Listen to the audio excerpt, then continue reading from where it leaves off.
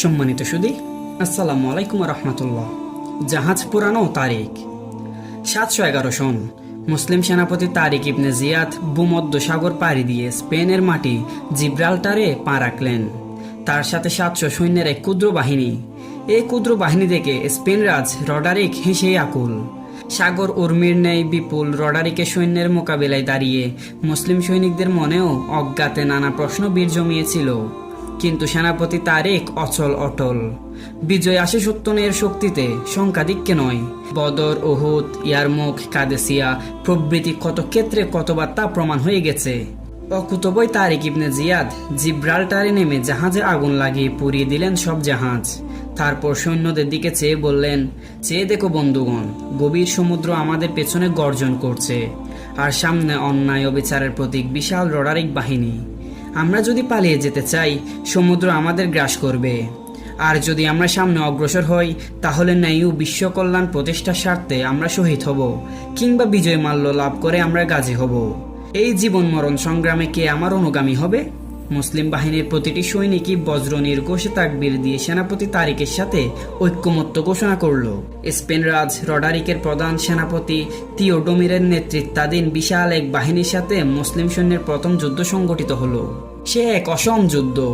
যুদ্ধবিজ্ঞানের উচিত অনুচিতের দৃষ্টিকোণ থেকে মনে হবে নিতান্ত আত্মহত্যার কাহিস নিয়ে 700 সৈন্যের মুসলিম বাহিনীটি এই বিদেশ বিভুয়ে এসে যুদ্ধে ঝাঁপিয়ে পড়েছে।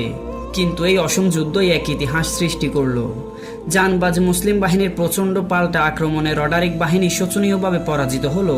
মুসলিম সৈন্য ও তাদের সেনাপতির শৌর্যবীর্য ও সাহস দেখে সেনাপতি থিওডোমির বিস্মিত ও স্তম্ভিত হয়ে রাজা রডারিককে লিখে পাঠালেন, সমস্ত শক্তি প্রয়োগ করেও অদ্ভুত শৌর্যবীর্যের অধিকারী মুসলিম বাহিনীর অগ্রগতি আমি রুখতে পারলাম না। তারপর গৌরবময় মুসলিম শাসন চলল সেখানে দীর্ঘ 700 বছর ধরে।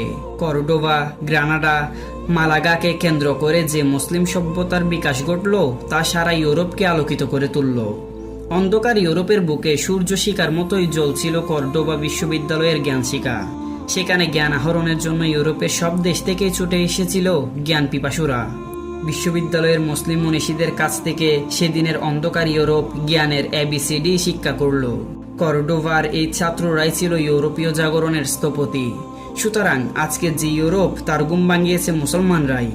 আর তাদের এই ঘুম ভাঙ্গার প্রথম গান গিয়েছিলেন তারিক ইবনে জিয়াদ।